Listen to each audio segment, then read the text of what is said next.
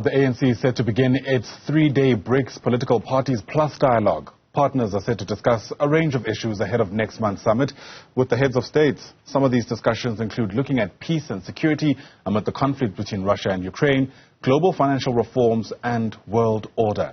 Newzroom Afrika's Ziyanda Ngcobo is part of our team in Boksburg. She joins us now live for reflection on what lies ahead, Ziyanda, in a context where there is still this unanswered questions about what we do with Vladimir Putin, given that arrest warrant from the ICC. And it's very interesting, Ziyanda. Of course, you'll know that this dialogue is amongst political parties in preparation of the meeting of the heads of state.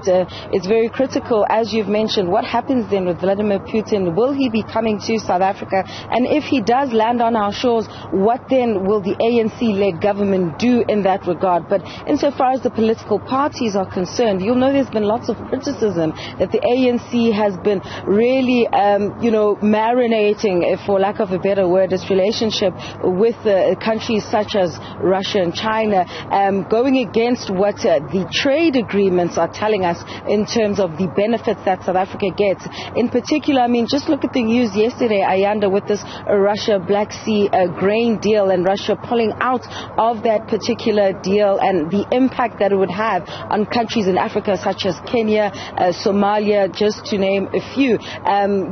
That's likely to be part of the discussions. But, on the agenda, on the program, for an example, they'll be looking at the global financial system. You'll know there have been lots of conversations about de-dollarization and looking possibly at a new kind of currency. And there's so many other aspects happening around these kinds of conversations. So there's tensions between the US and China, and the manufacturing of those chips. And then you've also got, this continued, conflicts with Russia and Ukraine, where the West has continuously said to South Africa, call it what it is, call it a war that has been inflicted on the Ukraine by Russia. So these are the issues that we're expecting them to discuss. Also, the new development bank, what will it do, its contributions, and in line, of course, with, reconfiguring the global governance and financial system. But even insofar as multilateralism is concerned,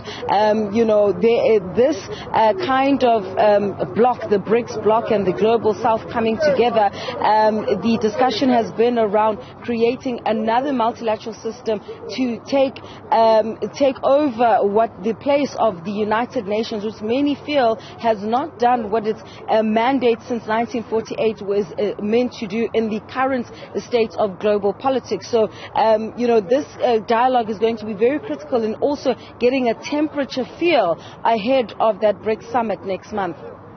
And do we know at this stage, Ziyanda, how widespread the participation at this particular three-day gathering will be in a context where we're expecting, the likes of Olusegun Obasanjo from Nigeria to be in attendance? Absolutely. So this morning we'll have opening remarks from Deputy President Paul Mashatile.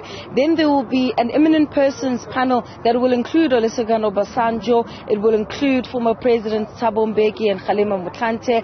And then there will be messages of support from the BRICS nations. So Brazil, Russia, India, China, and of course that opening remark would have been delivered by Mashatile. And then later on, in the third session, there will be an address by President Cyril Ramaphosa to close off the day. But certainly, even in terms of the messaging from these countries, it will also give us a feel of what political parties, and most of whom are actually governing parties in their respective countries, what their thinking is. Because, of course, like I said, this is the foreground for what's to come next month. And you'll know that the other context here was there was a Sunday World article where there was lots of debate over whether to invite other opposition parties to this dialogue, in particular the EFF. And I remember quite distinctly the Secretary General of the ANC, Fikile Mbalula, saying that they are under no obligation to invite the EFF. This is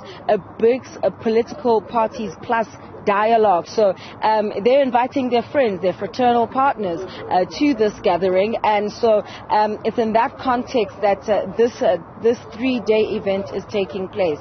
Yeah, clearly for friends and not foes. Crystal clear. Ziyanda Ngcobo, part of our team in Boksburg. Thanks very much indeed.